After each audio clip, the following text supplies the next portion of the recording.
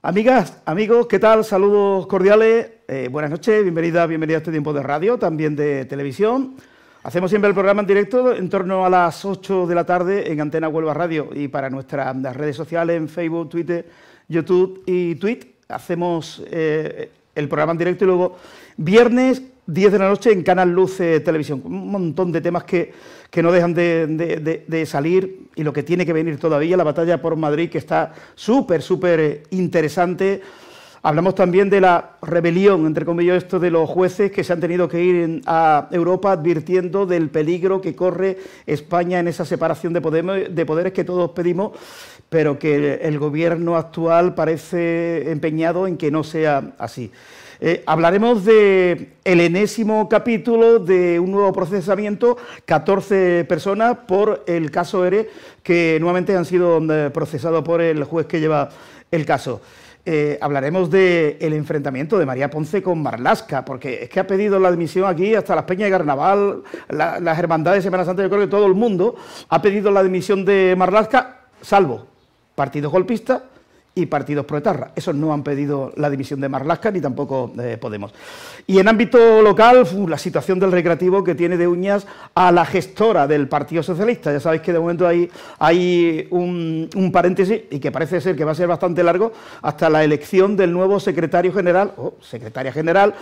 Pero la gestión de Gabriel Cruz y de Pepe Fernández con el Recre, por cierto, siguen sin presentar las cuentas, le está haciendo un daño terrible al Partido Socialista y están muy preocupados en la gestora del PSOE por esta deriva y por esa sangría de votos que ha ocasionado la mala gestión de Pepe Fernández y Gaby Cruz al frente del Recre, un equipo que, salvo milagro, va a jugar en la quinta categoría del fútbol nacional, luego de haber puesto en torno a los 20 millones de euros en los 2 últimos años. Pues de todo eso vamos a hablar. Jaime Pérez, vamos a empezar de derecha a izquierda. Economista, muy buenas. ¿Qué hay? Encantado de tenerte por aquí. Muchas gracias por la invitación. De salud, bien. Bien. Eso es lo importante. Okay. Paco Velasco, abogado, historiador, muy buenas, Paco. Buenas tardes. ¿Vacunado por aquello de la edad? ¿O aún? No, aún no. Deseando estoy, pero hasta ahora no me han llamado. Lo de las vacunas podríamos hacer un debate especial, ¿eh? Vaya guerra que tiene la farmacéutica, la campaña negativa que le están montando a AstraZeneca. ¿Quién? Pues no lo sé, pero mediten y piensen. Hay una guerra por el poder. El efecto gafe de Pedro Sánchez es importante también. Cada vez que anuncia una vacuna, la gafa. Sí, claro, sí. Bueno, pues el día que dijo que venía la Janssen, ¿no? Sí. Pues nada, se quedó en el camino. Sí. También por algún trombo que había aparecido en Estados Unidos. Gemma Gutiérrez, la primera vez que viene representando a Vox, desde la Cristina. Gemma, muy buena. Bueno, la primera vez que viene al debate. Al debate. Buenas noches, gracias por la invitación y visto los contertulios, pues entre amigos, como si fuéramos familia. Sí, porque estuviste aquí, pero en el debate jurídico, con Enrique. Sí, hace ya mucho tiempo. Ella también es abogada. Y María Ponce, la senadora más cotizada ahora mismo en el país. Muy buena, María. Muy buenas, ¿qué tal? Magnífica tu intervención el otro día. Muy necesaria. Sí, la dimisión de Marlaska. Muchas gracias. ¿Sí? ¿Qué reacción tuvo? Bueno, lo poquito que hemos visto las imágenes. Pues la verdad que estaba un poco descolocado. Yo le veía la cara y se quedaba como diciendo, bueno, pero si yo soy un ministro, ¿no? Me está usted hablando a mí. Y, bueno, yo creo que no se lo esperaba. Yo creo que le hacía falta ya que le hablaran claro, que muchas veces pues no se hace. Hay veces que los partidos pues no hacen una oposición útil o no lo útil que debieran. Y yo creo que hay que enfrentar los problemas y hay que decir las cosas claras y de frente. Y hombre, la oportunidad de tener precisamente al ministro allí y poder decirle, pues mire, pues las cosas son así y así de claras. O sea, le gustarán más o le gustarán menos, pero es lo que hay. Y entonces pues hay que decir las cosas como son y yo tuve la oportunidad y lo hice. Hay muchos motivos para pedir la dimisión de Marlaska, pero fundamentalmente Ciudadanos, ¿por qué la pide? ¿Por qué razón? Pues nosotros, yo no sé ya la de veces que la hemos pedido. Es que llevamos muchísimo tiempo pidiendo la dimisión de Marlaska. No solo nosotros, también todos los cuerpos de policía y de guardia civil, o sea, tanto fuerzas y cuerpos de seguridad del Estado, como también asociaciones, la Asociación de Víctimas del Terrorismo también ha pedido su dimisión, los jueces también han pedido su dimisión, o sea, todos estos jueces que ahora a nivel europeo, justo esas mismas 3 asociaciones de jueces que representan a 2.500 jueces han pedido su dimisión y de hecho yo se lo comenté también.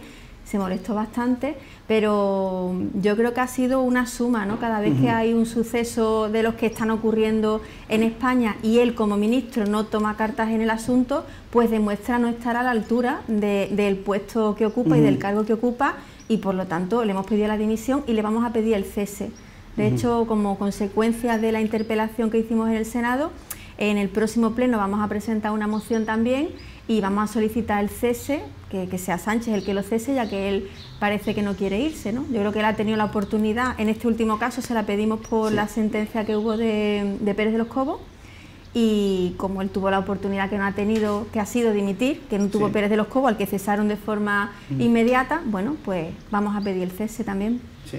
Gemma, Vox también ha pedido la dimisión del ministro, pero ¿no cree que eso es predicar en el desierto? O sea, que no se va a ir. No, es que aquí no se va nadie, aquí hablan de pedir dimisión de ministros que actúan de mala manera, y de los únicos que no se pide la dimisión es de los que no hacen nada, o sea, uno que lo hacen mal y otros que no hacen nada. Evidentemente este señor, al igual que ella en su momento con el tema de sanidad, al igual que el resto del señor viceministro que ahora va de candidato y aquí todo va con cargos, todo lo que tocan lo estropean. Hace poco tuvimos el meeting en Vallecas, y este señor actúa por dejadez. Lo que hacen, lo hacen mal, y cuando no deben de actuar, no actúan. El tema de Pérez de los Cobos, pues, evidentemente tenía que haber dimitido desde el momento que este señor no puede andar. Ellos actúan con una soberbia y mirando por encima del hombro al resto del mundo, y no son consecuentes con los actos con los que hacen. Jaime, el Partido Popular también ha pedido, ¿no?, la dimisión de Marlaska 200.000 veces, ¿no? Sí, pero es inútil. Es decir, yo creo que Sánchez, desde aquella primera semana en la que mandó dimitir a Maxim Huerta, el de Cultura, porque le cogieron con una empresa que hacía cosas extrañas, y a Carmen Montón, que fue la otra ministra que tuvo que dimitir por esta razón, ya él ahí decidió bajar el listón. ¿Por qué? Porque si no tenía que dimitirlos a todos. Claro, motivos los ha dicho María, son muchísimos, ¿no? Desde la patada en la puerta, que es una sentencia, es una actuación absolutamente ilegal, con una orden policial que avala ese tipo de actuaciones, lo cual es una auténtica barbaridad. Es retrotraernos al año 92, para que se hagan la idea los oyentes, a Corcuera, ¿no? Por eso dimitió Corcuera, precisamente, ¿no? Y ahora escudarse en que eso no es domicilio, los debates estos jurídicos que intentan ocultar la realidad. Luego, la institución de Pérez de los Cobos es muy grave, porque la sentencia habla de dos delitos, o de dos faltas al menos que comete el ministro, ¿no? Una, que le pide a un funcionario que revele un secreto. Él, siendo además juez, sabe que el funcionario no lo puede hacer, y además está haciendo una incitación a la prevaricación, porque si Pérez de los Cobos hubiera dado ese informe al ministro, hubiera cometido una prevaricación y hubiera cometido un delito. Por lo tanto, es doblemente grave. Pero también lo habéis dicho ahora, el acercamiento infame que están haciendo de los presos, porque se podría decir, bueno, el PP también acercó presos, sí, pero dentro de un programa en el que se le pedía perdón a las víctimas del terrorismo. Y dentro de eso se producía un acercamiento de primero pidiéndolos perdón y después esclareciendo los casos. En este caso hemos visto como los asesinos de Miguel Ángel Blanco, por ejemplo, pues han dejado la cárcel de Huelva y ya están más cerca de su lugar de origen, ¿no? Dando permisos además a los presos del Proceo, en fin, hemos visto también como él directamente no, pero el Ministerio de Justicia pues lleva a cabo una reforma infame del Consejo General del Poder Judicial, que ha sido además reclamada desde la Unión Europea, que es nuestro auténtico escudo social. Cuando habla el gobierno de escudo social, yo creo que nuestro auténtico escudo social, el que nos está defendiendo realmente en derechos y en libertades, es la Unión Europea. Y por último, el acoso a los políticos, es decir, Ciudadanos sufrió un acoso, Vox ha sufrido un acoso, y sin embargo parece que los acosados son los de Podemos y los de Bildu. Es una cosa, es el mundo al revés. Entonces, pues hecho, solo por eso ya merecía el tema de Vallecas. Ellos se escudan diciendo que ha sido una provocación por parte de Vox el hacer un mitin ahí. Sí, igual que cuando Ciudadanos fue al Día del Orgullo. Perdón un momentito, es como si yo dejo la puerta de mi casa abierta porque estoy dando vueltas de un lado para otro y entra un ladrón en mi casa y roba mi casa.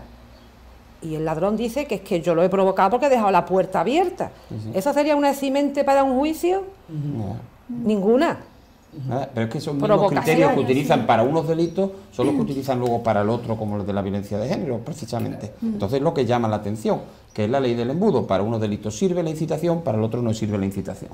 Además ahí concluyen varias cosas, ¿no? Por una parte, por ejemplo, con el caso de Ciudadanos, cuando Ciudadanos fue atacado de esa forma durante la manifestación del Día del Orgullo, él justificó los ataques. No solo los justificó, sino que él, dentro de su ministerio, se falsifica un informe, se hace un informe en el cual pues todo lo que dice es totalmente falso, hasta el punto de que no hay ningún funcionario y no hay nadie que quiera avalar ese informe y firmarlo. O sea que esto es grave. En el caso de Vallecas, en el caso de que comentaba Gema de Vox, ya no es solo el hecho de que haya habido altercado, es que el problema es que las órdenes que tiene la Policía Nacional, las órdenes son perjudiciales y ponen en riesgo tanto la seguridad ciudadana como la seguridad de la propia policía, porque no les está permitiendo aplicar las fuerzas que la ley le dice de forma rotunda que pueden aplicar en determinados casos, y no está permitiendo que los refuerzos sean lo suficientemente contundentes como para poder frenar pues unos ataques de unos vándalos que están intentando atemorizar y que están atacando a la ciudadanía simplemente porque no coinciden con las ideas políticas, en este caso del ministro. Y la verdad es que esto es grave, porque es que es la seguridad ciudadana la que está en riesgo y la de la propia policía. Yo creo que cosas que no se pueden consentir. Y en cuanto a lo que comentabas tú, pues efectivamente, yo creo que el día 31 de marzo, además que lo recuerdo perfectamente, se lo dije a él también, digo, es que usted ha batido su propio récord de infamias, porque es que ese mismo día el asesino de Miguel Ángel Blanco se le autorizaba para que saliera de la cárcel de Huelva y fuera trasladado a otra cárcel.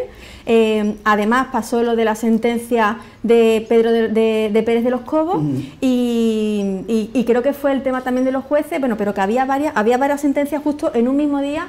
Y yo creo que esto es algo ya que no se puede sostener. Es que este hombre, además, después de esta sentencia, es que no le queda más remedio que dimitir. Es que no le queda más remedio. Además, si es que él precisamente ha sido magistrado, y él ha tenido también que solicitar en muchas investigaciones que los propios investigadores del caso, en este caso de la Policía Judicial, no pudieran hablar absolutamente con nadie ni pasar la información. Él esto lo sabe, y no solo le dice a un funcionario que le pase la información, sino que está desautorizando a una jueza, compañera suya, que ha dado una orden estricta a un funcionario de que no puede revelar ese secreto de sumario, de lo que sea, o de esa información.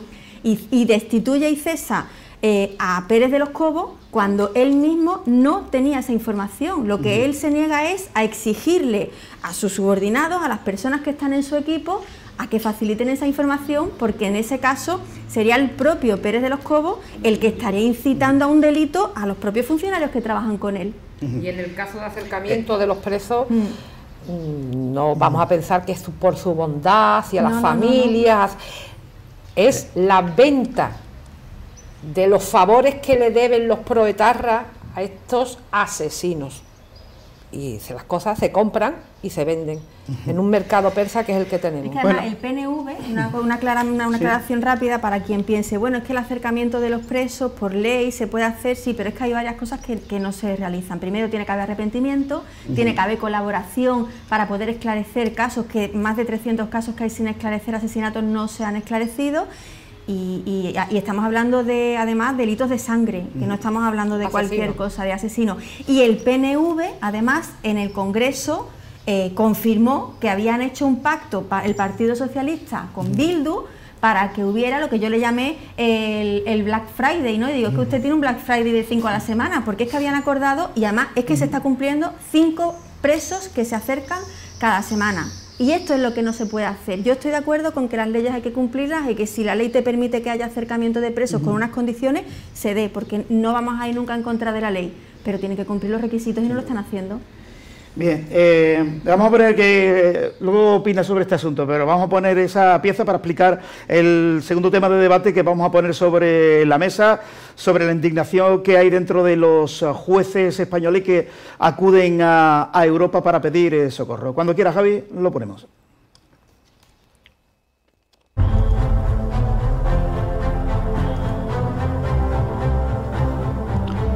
Más de 2.500 jueces se dirigen a la Comisión Europea para alertar del riesgo grave de violación del Estado de Derecho en España. La Asociación Profesional de la Magistratura, la Asociación Francisco de Vitoria y Foro Judicial Independiente denuncian la reforma del Código General del Poder Judicial ante la Unión Europea. Los jueces piden que actúe contra España por estar en riesgo el Estado de Derecho. 3 de las 4 asociaciones judiciales y que representan a 2.500 jueces, es decir, la mitad de la carrera judicial, han denunciado el riesgo de violación del Estado de Derecho en España a raíz de las últimas reformas propuestas por el gobierno socialcomunista.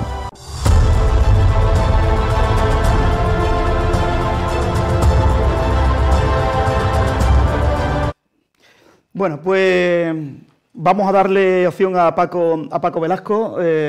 Paco, Marlaska, el Consejo General del Poder Judicial, me parece lamentable que haya que acudir a Europa para pedir socorro, ¿no? Pues lamentable. Con respecto a Marlaska ya no se puede decir más nada, que es un individuo que ayer juez de cierto prestigio, hoy es un político miserable, ruin, mezquino, que se arrastra, que vende su talento, que indudablemente lo tiene, su experiencia jurídica, que no la pongo nunca en sospecha, ni siquiera en duda, pero que es el paradigma de lo que no debe ser un político, de lo que no debe ser un juez, y de cómo él mismo, si tiene un poco de sentido común, de vergüenza política y de vergüenza personal, nunca retornaría a la judicatura si, ojalá pronto, abandona la vida política. Pero dicho lo que acabo de referir respecto a Marlaska, hay un problema que subyace, no solo subyace, sino que aflora por encima de todo esto. No hace mucho se hablaba, sobre todo los partidos de izquierda, de que se estaba judicializando la política. Y se quejaban de que hay cosas que hay que convenir, que pactar, que negociar en los mentideros parlamentarios, en los mentideros incluso políticos de discreción o secretismo, perfectamente. El problema no es ese ya. El problema es que la rueda ha girado tanto que ya lo que se está haciendo es un fenómeno a la inversa, se está politizando la justicia. ¿Y por qué se está politizando la justicia? Pues por algo que en esta mesa durante semanas anteriores hemos ido de alguna manera desglosando. Me explico muy rápidamente con respecto al tema de Toni Cantó. A mí particularmente ni me va ni me viene que Toni Cantó entre o deje de entrar en las listas, en la candidatura de Isabel Ayuso en Madrid, en absoluto. El problema es que hay una junta electoral muy bien formada, muy bien preparada, muy bien fundamentada su resolución, que sí permite que Toni Cantó forme parte de las listas. A continuación, el PSOE pone un recurso, ese recurso lo resuelve el juez unipersonal, un tribunal unipersonal del Juzgado de Contencioso Administrativo número 5, que tira por tierra lo que dice la Junta Electoral, integrada entre otros por varios jueces, lo tira por tierra, recurre el Partido Popular ante el Constitucional y el Constitucional le da la razón al juez del número 5. Yo venía estudiando este tema desde que se produjo y hay una cosa muy clara. Una cosa es que el Supremo, y es lo que ha hecho el Tribunal, actuar como si fuera el Supremo. Una cosa es que el Supremo le dé la razón al del número 5 y a la Fiscalía. ¿Por qué? Porque no hay duda que el artículo 2.2 de la Ley Electoral de Madrid dice que es indispensable para ser elector y elegible estar inscrito en el padrón. Es indispensable. Sí. Pero a esto viene el Estatuto de Autonomía de Madrid, que de alguna manera viene a corregir lo que dice la ley electoral madrileña. ¿Por qué? Porque dice, bueno, sí, es preciso una vecindad administrativa, que no es más que el padrón, pero ojo, aquí hay que digamos, interferir dos puntos. No dice nunca la ley cuándo tiene que estar inscrito en el padrón, si antes de la convocatoria de la candidatura o antes de que se cierre la campaña electoral. Ojo, eso no lo explicita el estatuto, pero el estatuto sí explicita, y lo dice con toda claridad, que en caso de dudas, teniendo en cuenta la relevancia constitucional de ser elector, que es una fiesta, las elecciones generales o las elecciones comunitarias o las elecciones locales son una fiesta de la democracia. Se debe actuar siempre pro acciones, en favor de que el derecho fundamental se cumpla. Entonces, ¿qué ha hecho el Tribunal Constitucional? Actuar de supremo. ¿Por qué? Porque ha ha ejercitado lo que dice la ley desde un punto de vista estricto, sin ninguna flexibilidad a favor del derecho constitucional. ¿Y por qué digo que se está politizando la justicia? Porque el Tribunal Constitucional, esa comisión que ha deliberado y ha resuelto a favor de que Cantó no forme parte de la candidatura, ha necesitado el voto del presidente del tribunal, el señor de la Riva, para decantar. Había 3 contra 3. ¿Por qué desde la Riva ha actuado a favor de lo que dice el juzgado número 5? Oiga, porque tiene miedo a que se lo coman mañana, pero de una manera bestial. Y eso es politizar la justicia. El abono, la tierra que está echando Podemos y los partidos golpistas sobre la justicia está haciendo mella, nos guste o no nos guste, en ciertos sectores del Consejo General del Poder Judicial y del Tribunal Constitucional. Es así y yo lo veo de difícil resolución. Le pregunto la opinión de Ciudadanos, que esta noticia que vuelvo a repetir, los jueces piden a la Unión Europea que actúe contra España por estar en riesgo del Estado de Derecho. ¿Qué visión tiene Ciudadanos de esta petición? Bueno, pues nosotros obviamente siempre vamos a apoyar la división de poderes y que no se repartan los jueces. Lo llevamos diciendo desde que comenzamos a existir y cuando entramos en política nacional también. A nosotros nos parece algo totalmente inconstitucional incluso, o sea que no nos parece tampoco lógico. Nuestro Estado de Derecho precisamente se basa en una división de poderes, lo que no puede ser es que se politice hasta el punto de que los políticos piensen que se pueden repartir a esos jueces que después van a ser los que los juzguen en caso de corrupción, por ejemplo, o en casos en los que no tendrían ni que influir.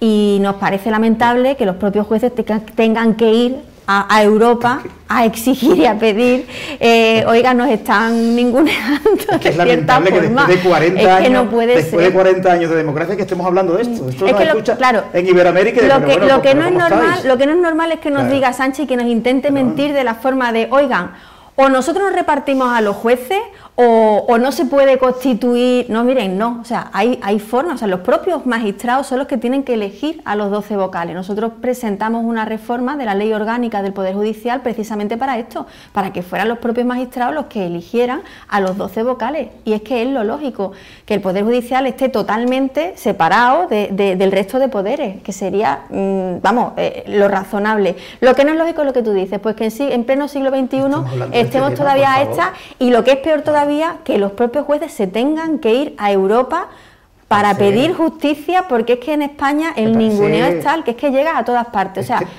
quieren controlarlo. A mí me parece que ya este gobierno se está pasando de la rosca porque lo quieren controlar todo. Los medios de comunicación, los jueces, lo quieren controlar todo. Es muy triste que estemos hablando de esto, en el año 21. Bueno, si Montesquieu levantara la cabeza, se moría otra vez de pronto del susto. Porque imaginemos que fuera al revés. Imaginemos que se nos ocurriría pensar que los jueces decidieran quién va a ser el presidente del gobierno o quiénes van a ser los diputados. Es impensable. Los jueces tienen que decidir, el Poder Judicial tiene que decidir quiénes son los órganos que los representan a ellos, porque en eso consiste la división de poderes. Si fuera al revés, ¿a que no se nos ocurra a nosotros pensar que los jueces un día se reunieran y dijeran, pues va a ser presidente del gobierno ella? Y ella, pues no, tiene que haber una división de poderes. Y a colación con lo que ha estado diciendo él, fíjate tú, ¿hasta qué punto hay una intromisión del poder político en el poder judicial? El tema de Toni Cantó, raudo y veloz, se resuelve. Los recursos que han interpuesto por parte de Vox en contra del estado de alarma están ahí durmiendo en el limbo, parados. Imagínense que vamos a hablar de órganos judiciales de aquí, pequeños, que ponemos demanda en un juzgado, y ella pone una demanda, y yo pongo otra demanda, y la suya se resuelve a los 2 días, y la mía tarda 3 años en decir el juez, uy, esto que lo tengo aquí, ¿qué es lo que es? Evidentemente pensaríamos que hay un trato de favor hacia ella que hacia mí. Estoy hablando en lenguaje coloquial para que nos entendamos. El tema de Toni Cantó se resuelve rápido y veloz. los recursos contra el estado de alarma están ahí esperando a ser resueltos. Un poco extraño. Esto es tan extraño. De todas maneras, hay veces en que los tiempos judiciales no coinciden en periodos excepcionales como el que estamos viviendo y ante los imperativos de una convocatoria electoral el día 4 de mayo. ¿Más imperativo que un estado de alarma que nos lleva sumido en el caos durante un año? Bueno, no se trata en este caso de cantidad, sino de cualidad. El acto electoral del 4 de mayo está a la vuelta de la esquina, es un asunto que refiere a los derechos fundamentales, no de un colectivo durante un tiempo indeterminado, como es el caso que tú aludes del estado de alarma, sí en un momento crucial para una convocatoria electoral inmediata. Preguntar a los hosteleros que tienen que abrir los bares y no han podido. Sí, en eso estamos de acuerdo, pero ese es un tema cuya resolución exige unos tiempos de deliberación que no coinciden con los actuales. Aquí se ha aplicado la ley en el sentido estricto, se ha hecho por medio del Tribunal Constitucional con sentido de Supremo y no con sentido del Tribunal Constitucional, y se ha revelado que gracias al voto del presidente la resolución ha sido negativa para el Partido Popular y positiva para el Partido Socialista. Y ese es el problema de la politización a la que yo me refería. Lo que tú dices, Paco, de los 2.500 jueces que han firmado el escrito ante el Tribunal Superior, ante el Tribunal de Justicia de la Unión Europea, es un caso ya que clama al cielo, y de ahí que yo diga que se está politizando la justicia. ¿Cómo no estarán de hartos los jueces? ¿Cómo no estarán de cautos ante esa invasión que están sufriendo por parte no de todos los partidos, sino de los partidos que están en el gobierno, por parte del PSOE en primer lugar, por parte de Podemos, por parte de los golpistas catalanes y de los filoetarras vascos? Eso no es un grupo político, no es una coalición política, eso es una auténtica banda de malhechores que se han fundido y actúan como si fueran una mafia. Los jueces no han ido a Bruselas, al Tribunal de Justicia de la Unión Europea, en virtud de un capricho colectivo de 3 asociaciones mayoritarias. No, han ido porque el artículo 7 del tratado así lo contempla. Hay grave riesgo de que la inserción, la interferencia constante de los partidos políticos que dominan el Ejecutivo, no lo olvidemos, y que dominan el Legislativo, no lo olvidemos, están a punto ya de hacer lo que tú estabas diciendo sobre Montesquieu, adiós la división de poderes. ¿Qué pasa, entre otros? No quiero nombrar a ninguna república bananera de Hispanoamérica, no quiero nombrar a ningún país soviético, no quiero nombrarlo porque eso ya lo doy por hecho. Per se son países no democráticos, países dictatoriales. Me voy a lo que era el sultanato de Bahrein, en el Golfo Pérsico, y hoy Reino de Bahrein. ¿Qué ha hecho allí el jefe del Estado de Bahrein? Pues una cosa muy sencilla, él tiene el Ejecutivo, domina el Legislativo y tiene en un puño al Judicial. ¿Y el Judicial qué hace? Por orden mía, que soy el jefe del Estado, le digo al grupo opositor, a mi partido, a mi Ejecutivo, eliminado, disuelto por inconstitucional. Y eso es el gran objetivo que aquí se marca el señor Sánchez, y que apoya, por supuesto, el señor Iglesias, y al que se someten de buena lid y en buen provecho todos estos partidos seminazis o nazis completos, como los que yo acabo de citar. Bien. Bueno, hablamos de economía, que tú esto lo dominas, o quieres meter una cosita sobre esto. Que ya un ministro, en este caso vicepresidente del gobierno, fue el que dijo Montesquieu ha muerto, que fue Guerra, en el año 82, sí, cuando lo coparon todo, que la Unión Europea nos ha equiparado a Polonia y Rumanía, no hay que irse a... Sí, y nos ha dicho que nuestros fondos europeos están en entredicho en tanto en cuanto no tengamos en cuenta las reformas estas. El propio Borrell tuvo que sufrir el descrédito en Rusia por intentar afear al ministro de Exteriores de Rusia y se llevó el rapapolvo diciendo, oiga, usted en España está haciendo auténticas barbaridades, ¿no? Le habló de los presos vascos, pero también le habló de la reforma de la justicia y le habló del tema catalán.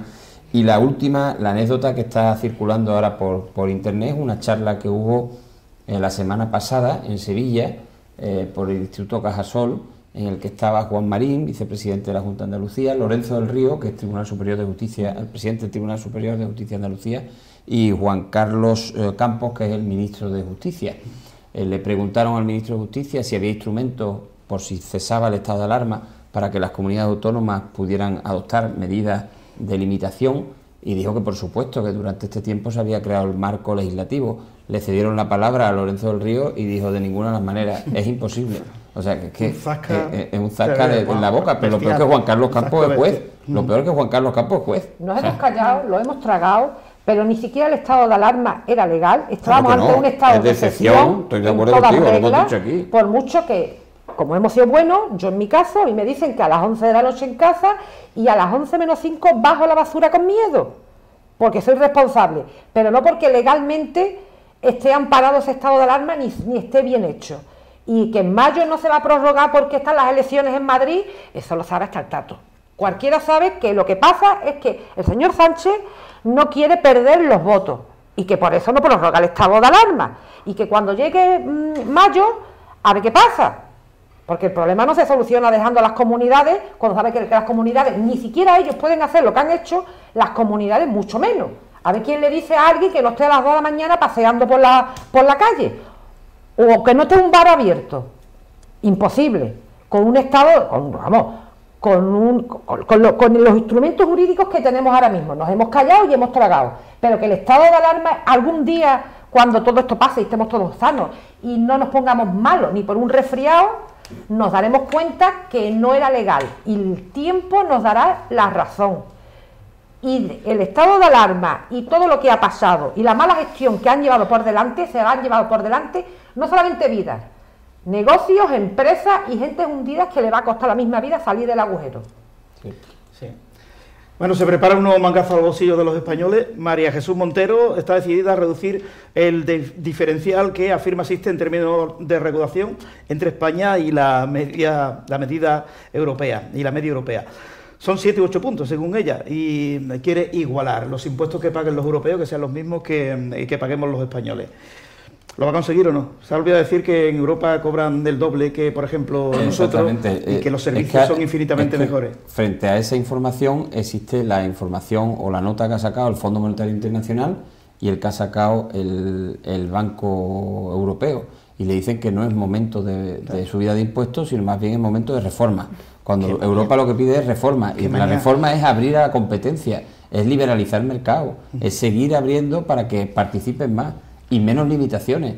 Una de las reformas, por ejemplo, que le pidió Europa cuando estuvo a punto de intervenirnos con el desgraciado gobierno de Zapatero, luego llegó el gobierno de Rajoy, una de las reformas que le pide la Unión Europea al gobierno de Rajoy es que unifique el mercado. Fijaros qué grave, ¿no? Un país como España que tenga que unificar un mercado. ¿Por qué? Porque existían 17 mercados pequeños y por eso se hizo la ley de unificación del mercado, precisamente, ¿no? Para evitar que sigan existiendo, una normativa que te regula no solo 17 normativas diferentes para tener una instalación de una empresa, sino en los propios municipios tienen ordenanzas también que te limitan muchas cosas. Por lo tanto, montar un negocio en España es misión imposible. En el tema impositivo, ellos están obsesionados ahora con la campaña de Madrid, es una obsesión por el impuesto de patrimonio, es una obsesión con las herencias, una obsesión. Están obsesionados con meterle la mano en el bolsillo pero a la gente. absoluto, porque la gente pague 2 veces por lo mismo, que es una cosa absolutamente injusta. Y luego, entre esas reformas, luego leeré un textito sobre la reforma que llevan a Europa, porque es muy gracioso. En 4 líneas son capaces de escribir palabras que no dicen nada. Y esas son las reformas, las 102 reformas que han mandado a Europa. Yo creo que ellos le van a meter la mano en la cartera a la gente. Y le quiero recordar a los oyentes que si hacen ahora mismo la declaración de la renta, notarán que el tramo autonómico ha bajado. Es decir, que la Junta de Andalucía ha bajado sus impuestos y que como consecuencia de la mala gestión de los ERE, en este caso de los ERTE, como consecuencia de la pandemia, muchos de los que no tenían que hacer la declaración de la renta este año van a tener que pagar. Sí, los pagadores. Claro. Sí.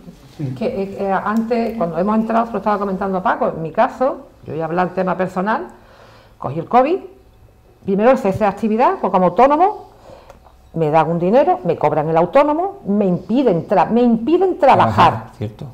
Me cobran el autónomo, que me quedo a cuadro, me dan un cese de actividad que ahora lo tengo que meter en la declaración de la renta como rendimiento de trabajo, que no como... Sin retención. Sin retención, con lo que preparen los bolsillos aquellos que cogieron el cese de actividad y incluso en la baja de autónomo, que la cogí porque después cogí el COVID, lo he cogido todo en este año, pues, o sea, me han impedido trabajar, he cogido el COVID, y pues cuando vaya a hacer la declaración de la renta ahora, regalito de este año, cuando he ido a mirar el borrador, es que tengo la retención, tengo el rendimiento de trabajo sin retención, con lo que me va a tocar a rascarme el bolsillo, sin haber podido trabajar. Porque si he trabajado, he cogido dinero. Como Partido Liberal estáis por la bajada de impuestos en Ciudadanos, ¿no? Sí, María, nosotros, siempre. bueno, ya Juan Marín lo ha dicho claramente, que en el caso de que se fuera a subir cualquier tipo de impuesto en Andalucía, mientras que estemos nosotros, no se va a tocar el bolsillo de los ciudadanos. De hecho, nosotros abogamos más por la bajada y por la reducción de impuestos, que es lo que estamos haciendo. A mí lo que me sorprende de todo esto, que ya sabíamos que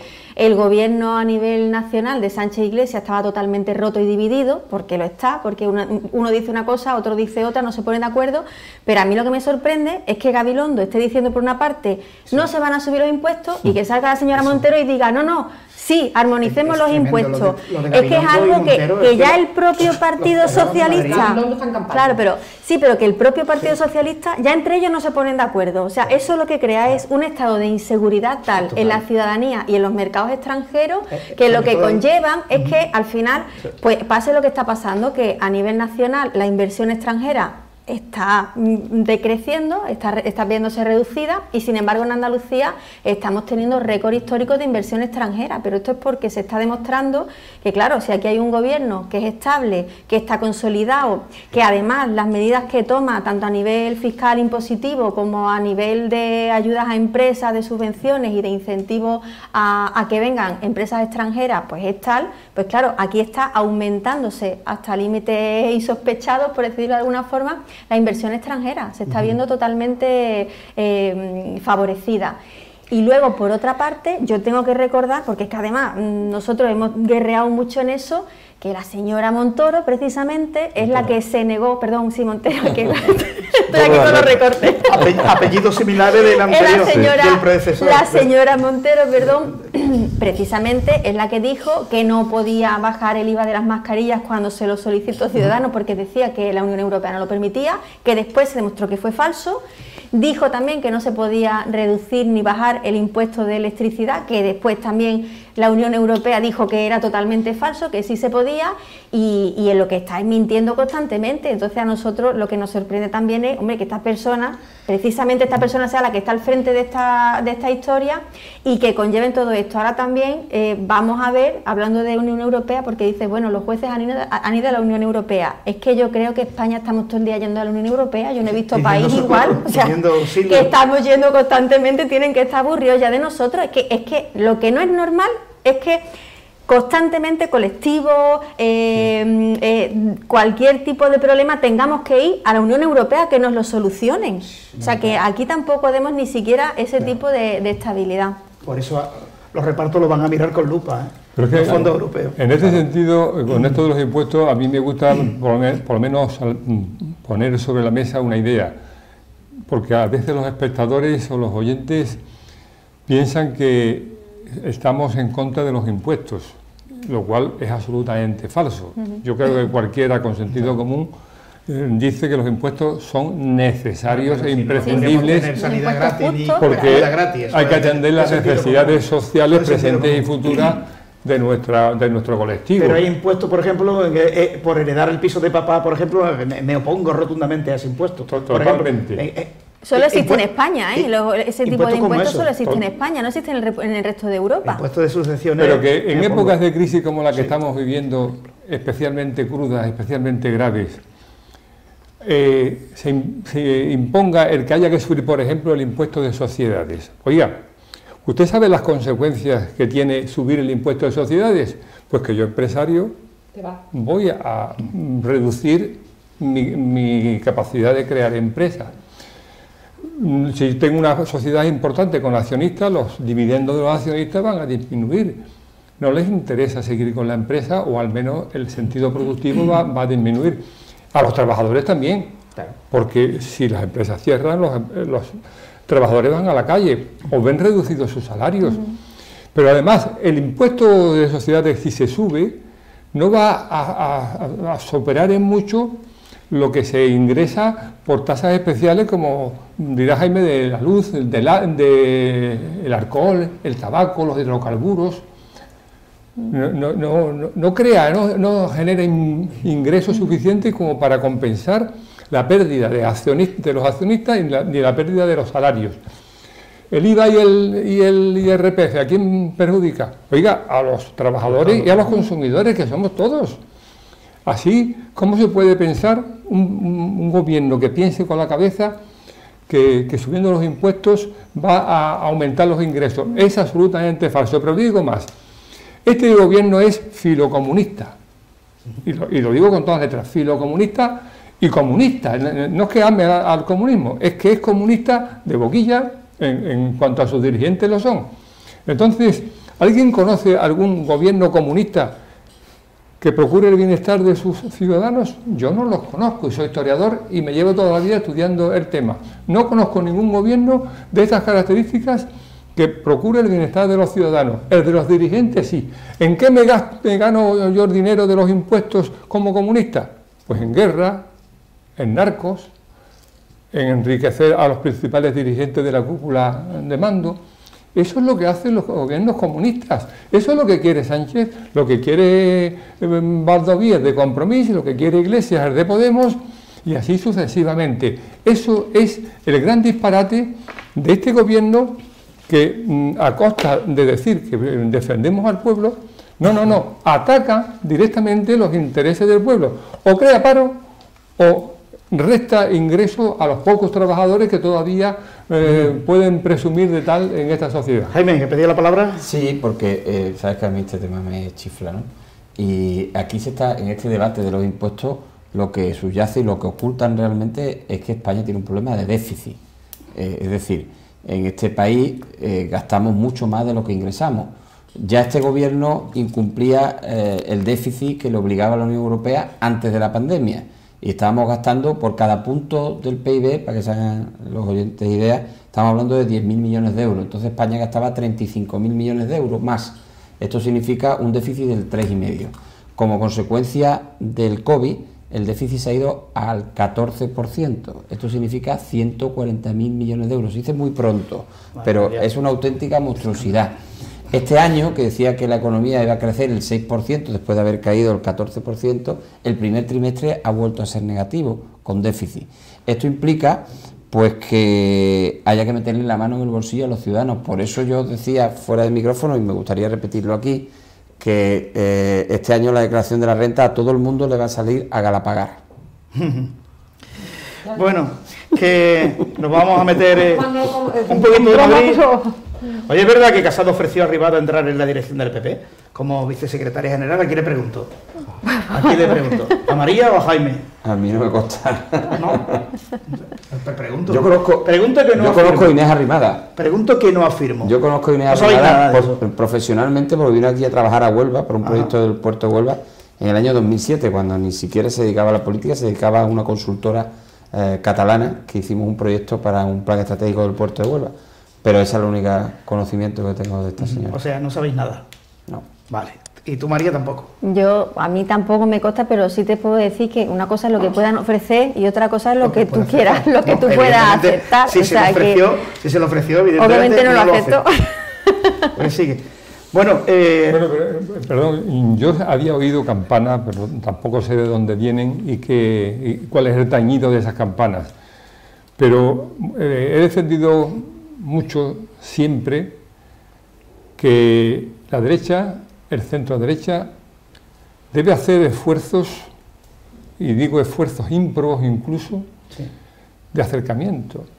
No se trata de hacer fichajes, no se trata de fomentar deserciones de un partido a otro. Coincido. No, se trata de tomar una idea común, que es que la situación de España en manos de esta banda de facinerosos que nos gobierna es muy preocupante, muy preocupante. Alguien me dirá, es que tú la tienes tomada con Sánchez y con el gobierno. En absoluto, en absoluto. Me he manifestado igual cuando gobernaba Aznar que cuando gobernaba Rajoy, cuando lo hacía Felipe González. Me importa la sociedad española y me importa el sentido ético de la justicia por encima de todo.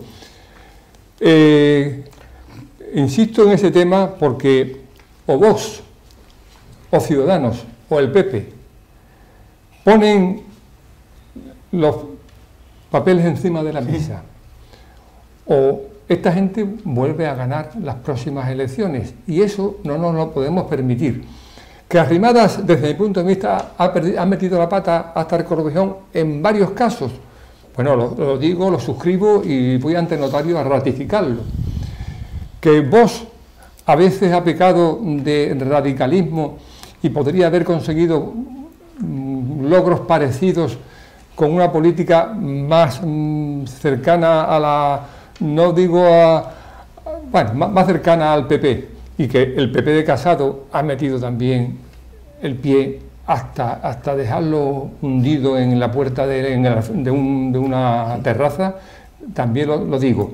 Pero he visto en dos cosas positivas últimamente. La intervención ayer fue, de Casado en el Congreso, fue la primera que le he visto a Casado desde que es el líder, en la que habla con el corazón sin abandonar la cabeza. Y ese discurso en el que ha dicho, pero usted no se da cuenta que es un sinvergüenza refiriéndose a Sánchez, eso le salió del alma. Y le salió del alma y puso sobre la mesa una serie de razones para llamarlo sinvergüenza. Eso, y es eso, y el acercamiento, en la mano tendida a Vox y la mano tendida a Arrimadas, en el caso de que esa invitación fuera cierta, yo la vería como algo positivo para nuestro país, muy positivo. Bueno, yo me parece, suscribo todas tus palabras desde la primera a la última. Pero cuando yo cuando me levanto por las mañanas, si no me llaman fascistas 3 veces, no me hace la digestión, facha, no me hace la digestión, el café. En tu pueblo, no, por el Facebook, por las redes sociales, facha. Y yo digo, pues ya puedo ir a trabajar tranquila. ¿No ha tenido nunca la curiosidad en el diccionario, parece? Yo no sé. Significa la sección de pues no lo sé, como no lo soy. ¿Tú sabes? No, lo desconozco, pero vamos. Si ¿Facha? ¿Facha qué significa? Fascista. Fascista. Entonces, si no me dicen facha todas las mañanas un par de veces, el desayuno no me sienta bien. O sea, los que fueron a Valleca a tirar ladrillos, a Bascar y como allá, esos son fachas, ¿no? Sí. No, los fachas somos nosotros. Los que reciben los ladrillos. Los que reciben los ladrillos. ¿Cómo hacer que...? Yo quiero suscribir las codornices disparan a las escopetas, ¿eh? Pero eso hablo de la ciudadanía en general. Pero cuando tú escuchas a Casado decir, hasta aquí hemos llegado, y escucha que en Andalucía los señores de Ciudadanos, cuando el tema de la Junta de Andalucía decían, sí, pero con esta gente no quiero ni siquiera hablar, evidentemente yo cuando llego a una casa y no me reciben bien, no digo ni buenos días, me voy, ya está, donde no se me quiere, no estoy. Yo hago por hablar contigo, pero si tú me vuelves la cara, evidentemente yo no puedo tener relación contigo. El señor Casado dijo a Vox, hasta aquí hemos llegado. Y Ciudadanos en la Junta de Andalucía, que están gobernando gracias a nosotros, igual que el PP, aunque no hemos entrado a gobernar, ni siquiera se quisieron sentar. Pues yo todavía, ni la lepra, además, tengo todas las vacunas puestas, estoy al día, ya ha pasado el COVID, no creo que puedo tener una buena relación con ella, me puedo tomar un café, no me como a nadie. Donde no se nos quiere, no podemos entrar a dialogar.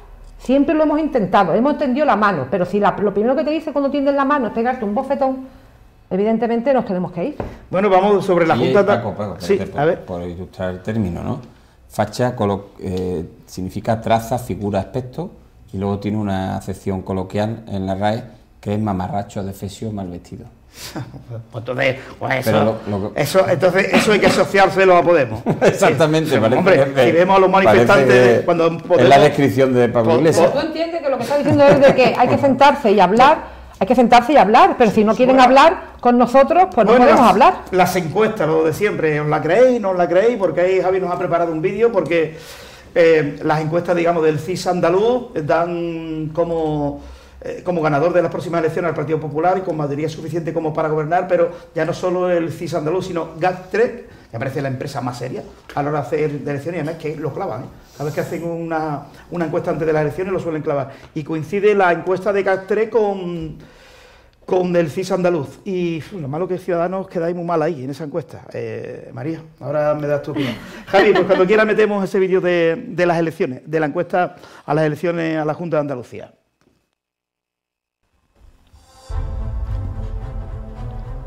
El último barómetro de la Junta sobre intención de voto refleja la consolidación de Juanma Moreno como presidente de la Junta. Este amplía significativamente su distancia con respecto al Partido Socialista de Susana Díaz, a la que le saca casi 8 puntos de diferencia, y entre 11 y 17 diputados. Se trata de las estimaciones realizadas por el Centro de Estudios Andaluces, dependiente del Gobierno de la Junta y conocido en medios periodísticos como el CIS andaluz. Pero la realidad es que sus resultados no se alejan mucho de lo que viene vaticinando otros sondeos que apuntan igualmente a un doble sorpaso, el del PP situándose por encima del PSOE y el de Vox adelantando y dejando atrás a Ciudadanos.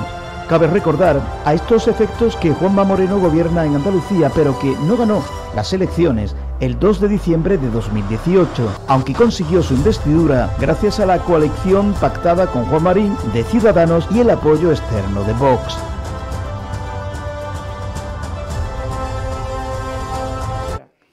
Bueno, pues a las encuestas gobernaría nuevamente el Partido Popular, sí, se dan estos resultados, que necesitaría o bien el apoyo de Ciudadanos o bien el apoyo de Vox, que sigue creciendo en Andalucía. Quedan todavía 2 años, creo que no habrá adelanto electoral, desde mi punto de vista, creo que no habrá. Yo creo que Andalucía va funcionando bien y ¿para qué, no? Tocar lo que bien funciona. Pero, primero, te pregunto directamente, ¿cree que las elecciones serán en diciembre de 2023? Yo no es que lo crea ni lo deje de creer, pero sí lo temo. ¿Pero qué temo? Que se adelanten las elecciones. ¿Y por qué mi temor a que se adelanten las elecciones? Porque ocurriría algo que va en contra de mis principios y de mis intenciones y mis voluntades políticas, que es que Ciudadanos y PP se disocien por cualquier circunstancia. Yo confío en que en Andalucía al menos PP y Ciudadanos prosigan su buena tarea política. Igual que confío que se enteren bien ambos partidos que sin Vox estaría el PSOE otra vez en el gobierno. Yo creo que eso es un axioma. Sí. Lo entendemos todos. Que ni PP ni Ciudadanos pueden echar a un lado a Vox bajo ningún concepto, porque el instinto de supervivencia política invita, digamos, a moderar nuestras opiniones, nuestros criterios, nuestras discrepancias. Pero en Madrid, ojo, Casado creo que esta vez ha aprendido la política de Isabel Ayuso.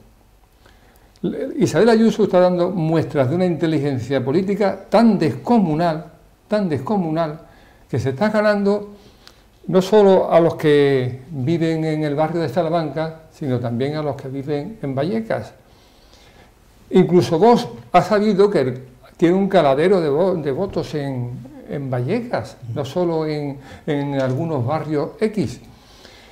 No sé si tú, me imagino que estarás completamente opuesto a lo que voy a decir, Ciudadanos en Madrid tiene las puertas bastante cerradas, diría que casi herméticamente cerradas, aunque siempre yo confío en que haya un poco de aire que evite que Ciudadanos desaparezca en Madrid.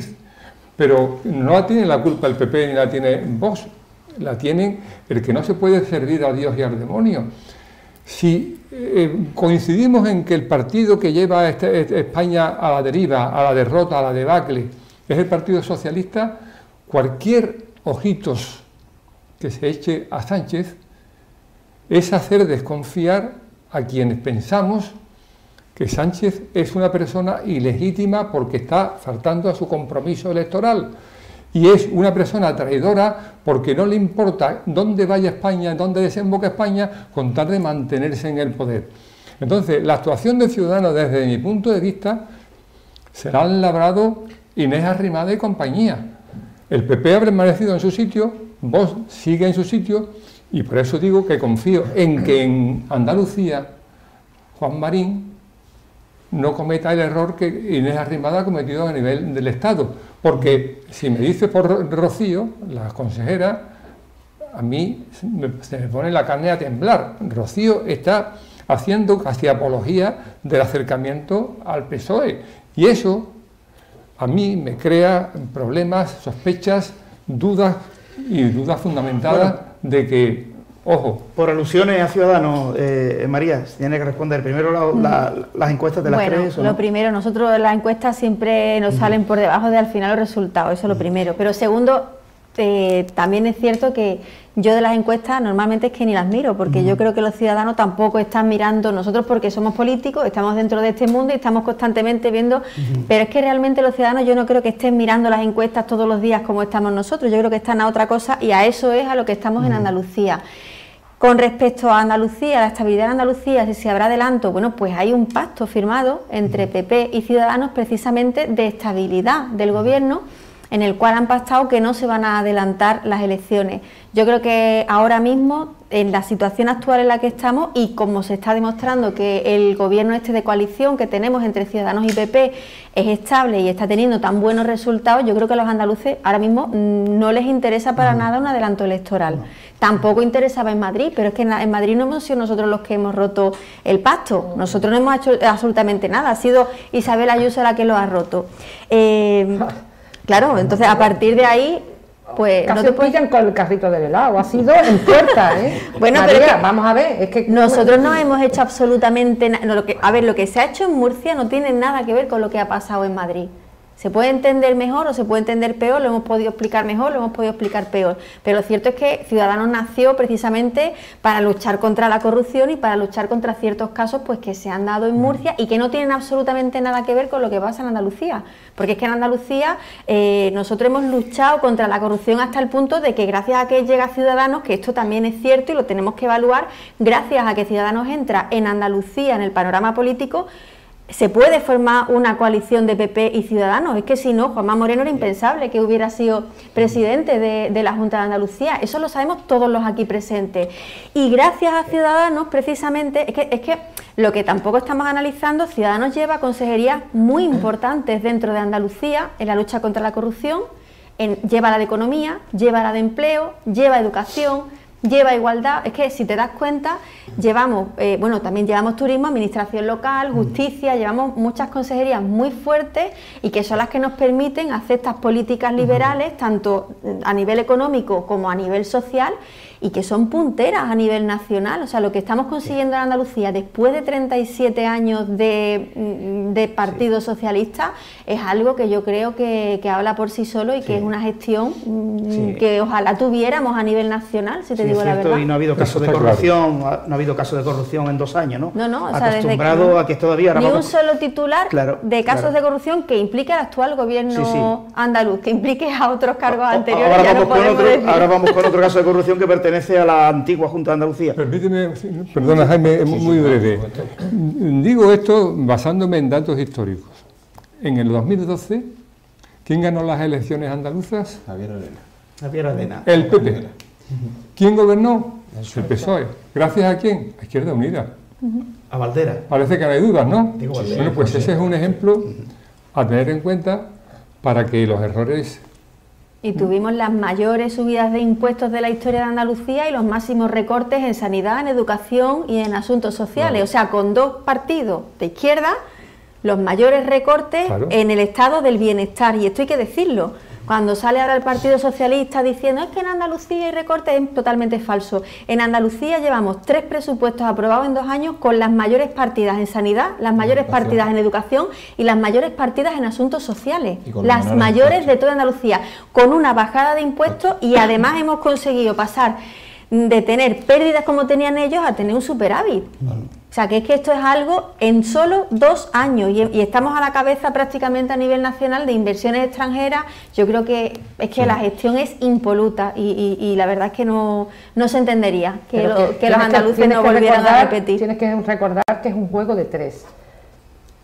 Estáis ahí también porque Vox, o lo que pasa es que ustedes habéis sido un poco, o sois un poco infantiles, que básicamente obligasteis al presidente de la Junta a que se sentaran por un lado con ustedes y por el otro lado con los otros. Juego de niños. Es un juego de niños pequeños porque... y reconocer que estáis ahí porque estamos todos. Lo que pasa es que ustedes estáis gobernando, tenéis cargo y nosotros no lo tenemos, pero tenéis el apoyo. Porque una cosa es que no estemos de acuerdo en muchas cosas y otra cosa es que en las cosas básicas nos tenemos que sentar a hablar, María, queramos o no queramos, o si no vamos a tener el problema que vamos a tener socialismo para el rato. Y hay que sentarse a hablar, María, con todo el mundo. Yo no he venido a hablar con nadie, tú lo sabes, lo que sí es cierto es que hombre, las políticas que se hacen, Ciudadanos tiene una política de muy hablar, liberal, muy cerrado, de centro, y obviamente pues hay pero cuando los números no... salen y estamos ahí, pues hay que sentarse a hablar y no obligar a Juanma. Me voy a sentar primero con ustedes, no queréis hablar con ellos, vale, venga, ahora voy a hablar con los otros, venga, que ellos, mira, que dicen que sí, que esto no, me parece un poco infantil por parte de Ciudadanos, y después las 6 ojitos al socialismo. Bueno, o sea que entonces las 6 ojitos. Yo ahí, Paco, me gustaría destacar el hito histórico que supuso el acuerdo de 3 partidos, y no hay que tener complejo en decirlo, ¿no? Pero hay que decirlo. Y fue un hito histórico porque supuso desalojar al Partido Socialista, nunca mejor dicho lo de desalojar democráticamente, pero fue un desalojo de una institución que creían ellos que les pertenecía, después de 37 años de gobierno, y que la tenían absolutamente infectada del mal de la corrupción, porque recordemos que no es solo el caso Los Eres, y ahora hablaremos de una pieza de los casos Los Eres, pero eran mil piezas más relacionados con los mangazos que se pegaban en todos los sectores y en todas las consejerías de la Junta de Andalucía. Yo destacaría sobre el tema de las encuestas, que es la pregunta que hacía Paco, que todas hacen una magnífica valoración del presidente de la Junta de Andalucía. Yo creo que el presidente de la Junta de Andalucía, Juanma Moreno, se ha revelado como mejor gobernante que opositor, y eso es una buena señal. Cuando una persona es mejor gobernando que en la oposición, significa que tiene madera de líder, que lo hace bien. Y además es un gobierno, como ha dicho María, que está invirtiendo más en sanidad, más en educación, que está bajando los impuestos, que está aumentando las inversiones, que está llegando mayor inversión extranjera y sobre todo, lo más importante, que no se habla de corrupción. Es que eso es lo más todos los días... Eso es lo más importante. Y la mejor prueba de que la cosa marcha bien, no solo porque lo notemos nosotros en la calle, es lo nerviosos que están en el PSOE, que ya quieren sustituir a Susana Díaz. Esa es la mejor prueba de lo bien que lo está haciendo el gobierno andaluz. Tienen una guerra ahí. Claro, tremenda. Y en Huelva la hemos tenido hoy, ¿no? Sí. Gaby Cruz, que es el alcalde de Huelva, han preguntado el tema de las primarias. Que y se ha puesto otra vez de perfil, sí, no me digas. Digo, pero vamos, le pregunta, pero habría que hacer primaria para elegir al candidato a la presidencia de la Junta de Andalucía por el PSOE. No ha dicho nada. No se decanta todavía. No se va ni la ducha. No sé, Gaby, que un tío inteligente. No apuestes por un cadáver político. Susana Díaz es un cadáver político. No va a ser candidata a la presidencia de la Junta de Andalucía ya os lo adelanto, no va a ser. Pero bueno, que más allá de eso, lo que yo creo también es que no se pueden llevar las luchas intestinas o internas de partido a la ciudadanía, que es lo que se está haciendo ni a las instituciones, ¿no? Y la Diputación es que es ya... Hemos visto un enfrentamiento directo, ¿no? Tremendo, y además... Un diputado que desautoriza a la presidenta, ¿no? Es una cosa grave. Pero y la presidenta haciendo política de partido, recorriéndose los pueblos, no estoy con la Diputación recorriendo, no, usted está haciendo política usted en las primarias, está haciendo usted política de partido, aprovechando pues su posición política, en este caso su cargo institucional, y eso es así, es claro, y se está viendo. Y a mí lo que me preocupa es eso, pues que no se esté mirando en plena pandemia, pues por lo que se necesitan en los municipios, por lo que necesita la ciudadanía, y por poner pues solución a muchos problemas, y están en una guerra que ahora no toca. Dice que para ir del ayuntamiento a Diputación va a haber que coger por la avenida Italia porque van a hacer un muro, que bueno, van a hacer un muro así. Bueno, lo hubo un poquito más al fondo, al final de la Diputación. Había un muro que separaba el Brasil chico con el Brasil grande. Es increíble. Hace muchos años. Tienen una guerra ahí. Y la gestora va para largo, ¿eh? Va a tardar el Partido Socialista en elegir al secretario o la secretaria. En eso hay una anécdota que retrata que ya están llegando incluso a los malos modos, ¿no? Sí. Hay una anécdota de esta Semana Santa. Fuimos a entregar flores en el grupo municipal, el grupo municipal del PP ha estado en todas las hermandades entregando flores, como hacíamos si hubiesen salido a la calle, pues queríamos hacerlo también. Y fuimos al Santo Entierro el viernes, tuvimos que esperar porque estaba el alcalde para entregar sus flores, habíamos quedado nosotros después y después venía la presidenta de la Diputación y coincidimos los tres allí. y con la presidenta de la Diputación iba una concejal de Huelva, la única que es diputada provincial, junto con Pepe Fernández, y la tensión se mascaba en el ambiente, hay una tensión ahí importante, ¿no? En fin. Bueno, pues esta es la noticia, otro mazazo a la tambaleante figura de Susana Díaz. El juez procesa a 11 de los imputados por los seres ilegales de Mercá Sevilla, cuyo fondo dio la Junta de forma injusta. Recuerda, Pablo, que hablamos hace 15 años en el debate cuando lo hacemos en Sevilla, de esto todavía está rondando por ahí, y lo que queda todavía. Considera que los hechos podrían ser constitutivos de delitos de malversación, prevaricación, tráfico de influencia y falsedad documental. ¿Para qué seguir? Es lo mismo de siempre. ¿Veremos algún día al final que dejemos de hablar de esto o vamos a estar la próxima década también hablando de los seres y de los cursos de formación? Precisamente a eso me refería cuando, de alguna manera, no, si directamente... Estamos hablando de esto entre 2003 y 2007, o sea... directamente, no de alguna manera, me refería cuando Ciudadanos, digamos que hace su especie de cordón sanitario a Vox, habla con PP, pero la tentación de Ciudadanos ha seguido siendo, y de hecho no ha abandonado ese camino, el PSOE. Y yo cuando os escucho hablar de corrupción, yo digo, pero ¿hay algún partido en la historia democrática de España más corrupto que el PSOE? No lo hay. ¿Hay un partido más antidemocrático que hay en España porque no respeta las instituciones y la división de poderes que el PSOE? No lo hay. Habéis observado una cosa, María, habéis observado una cosa que yo digo por si lo sabéis, pero no le habéis dado el marchamo de sentencia o de resolución o de hecho incontrovertible. Habéis observado que el PSOE no gobierna, sino que hace oposición cuando está en el gobierno a la que es oposición ahora. Es decir, Sánchez no gobierna, se opone a la oposición. Aquí en Huelva, Gabriel Cruz está gobernando, no, está haciendo oposición al PP de ahora y el que fue de Pedro Rodríguez. Sí. Ese es el gran pecado de los partidos corruptos, de los partidos demagógicos, que cuando llegan al gobierno, lejos de legislar, lejos de buscar el bienestar de la ciudadanía, nos dice, ¿qué han hecho la oposición?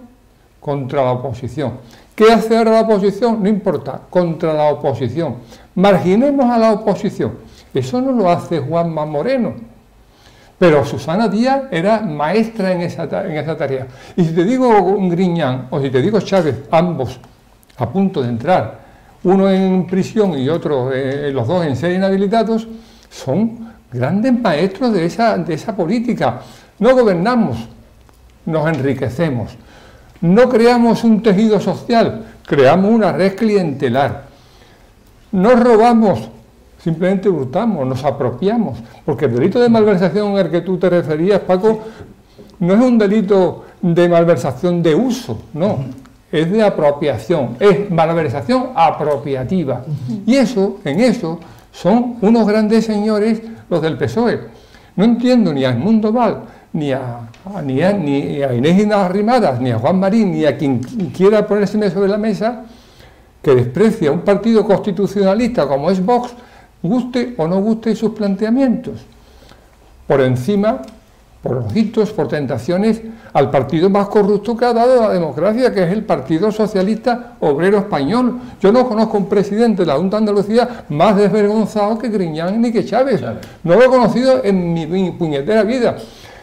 Es que en Madrid ha cambiado la cosa. Es que Felipe González, que fue un estadista, ojo, que fue un estadista, ¿no fue el que llevó a cabo lo de los GAL?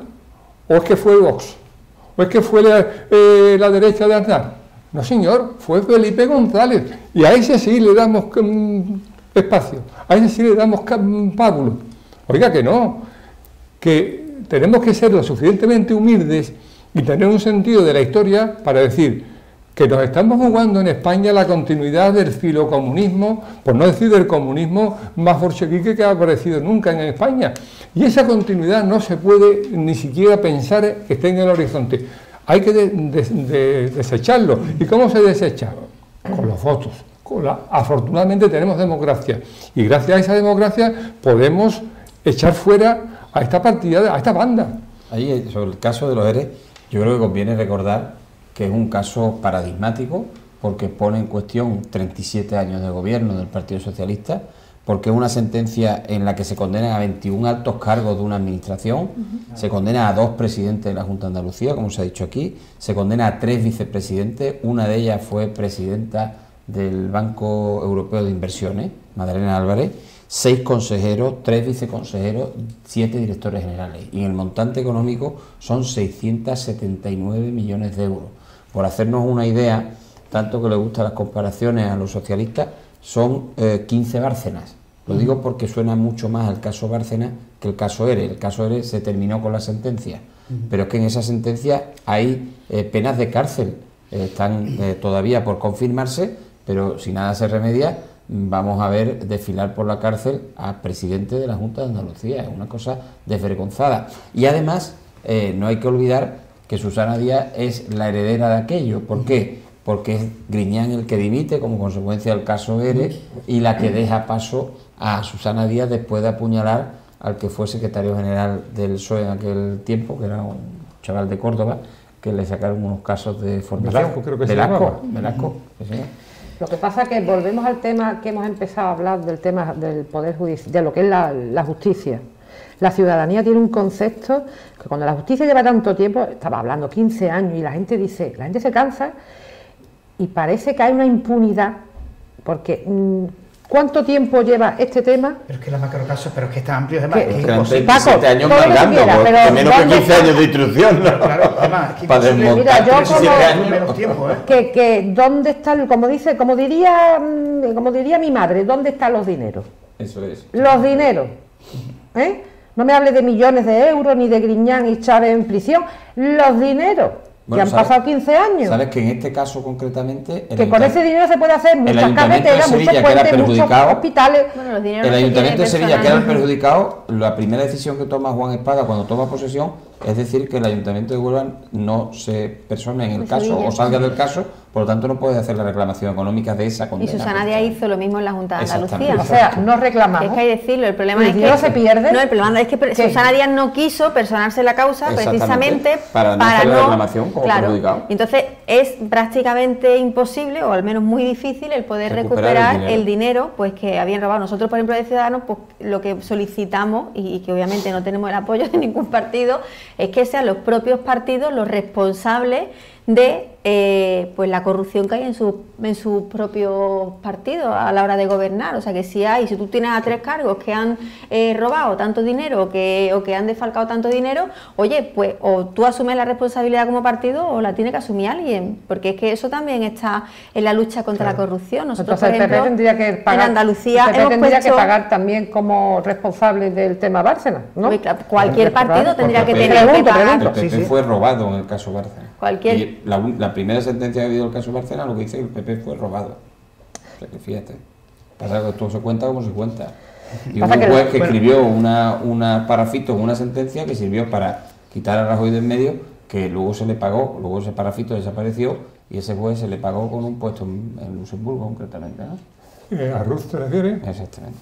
Sí, una cosa sobre el caso Mercasevilla, porque eso fue, digamos, el detonante de los ERE y de todo lo que ha venido después.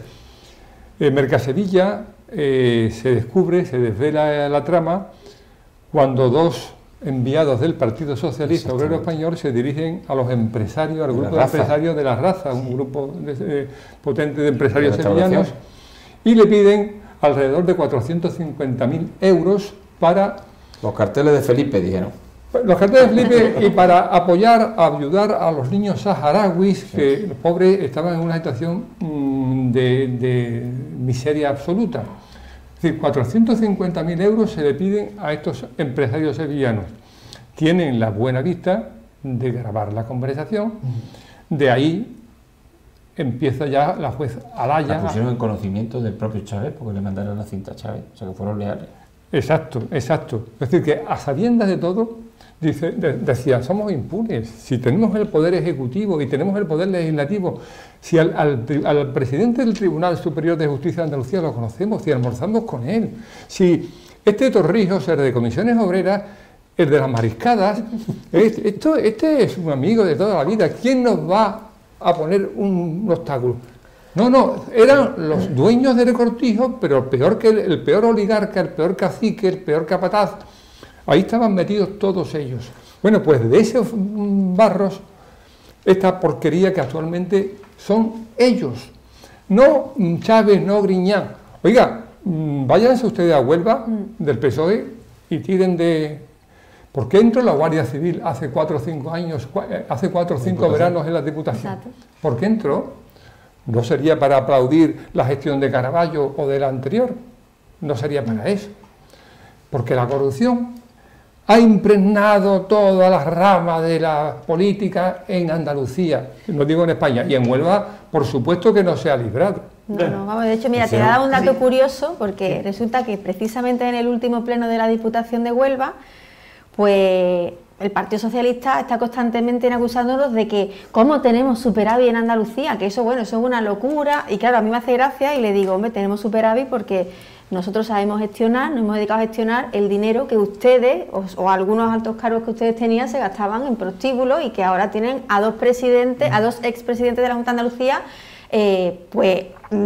inculpados, ¿no? O sea, que han sido declarados condenados, perdón. Exacto. Bueno, pues la señora presidenta de la Diputación de Huelva me mandó a callar bajo amenaza de que me expulsaba del Pleno, que me iba a expulsar del Pleno por yo decir eso, y yo me quedé, pedí la palabra del señor secretario, digo, por favor, el señor secretario me puede decir, por alusiones puedo hablar, no me dejó responderle, no dejó que el secretario dijera que efectivamente yo por alusiones personales podía responder, y ya te digo, me amenazó con expulsarme del Pleno por hacer referencia a este hecho. O sea, que hasta ese punto llega el nerviosismo del Partido Socialista y hasta ese punto llega el encubrimiento del Partido Socialista, que cuando estos dos expresidentes fueron declarados culpables, dijeron que creían en su inocencia, pero si ha sido un propio juez el que ha dicho que son culpables.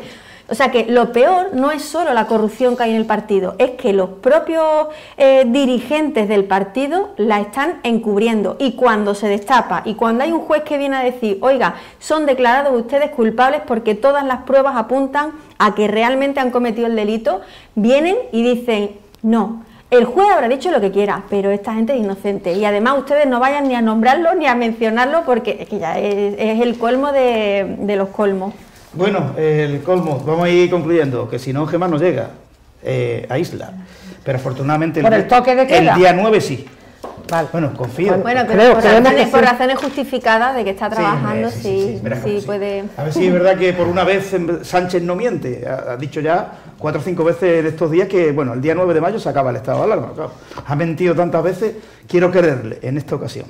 Jaime, ¿qué va a pasar con el Recreativo? Estamos a punto de bajar a la 5ª categoría del fútbol nacional, se siguen sin entregar las cuentas, no sabemos en qué se han gastado los 18 o 20 millones, digo 18 o 20 porque como no lo enseñan ni lo ponen sobre la mesa, pues por eso tenemos la duda si han dado 18 o 20.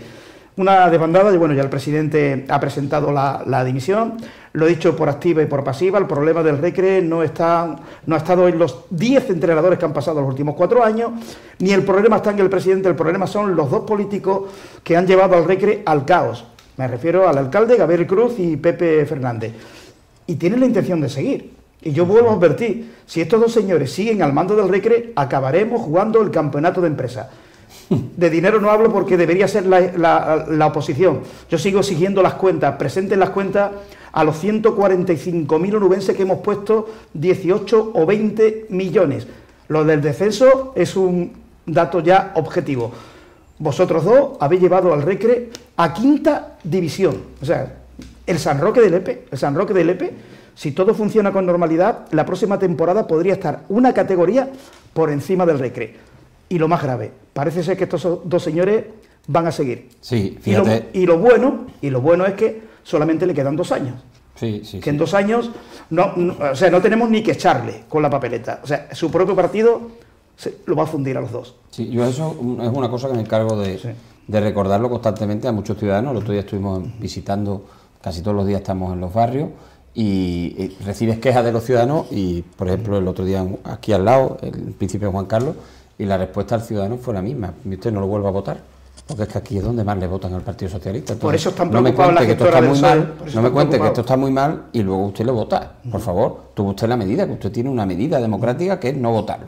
Bien, el RECRE es un problema económico, porque ha tenido problemas económicos y sigue teniendo problemas económicos, porque hacen mal el presupuesto y se han gastado más dinero que nadie en esta categoría. Por lo tanto, tienen un déficit acumulado año tras año porque no fichan bien, porque no hay planificación, no hay la famosa hoja de ruta esa que nos prometieron. No, el RECRE tiene un problema deportivo evidente, va camino de la 5ª división, es decir, para que se hagan una idea los oyentes, y tú lo cuentas perfectamente todos los domingos, ahora mismo tiene que ganar los mismos partidos que no ha sido capaz de ganar en toda la temporada, lo cual es cojonudo, con perdón de la expresión, porque es la única que me sale.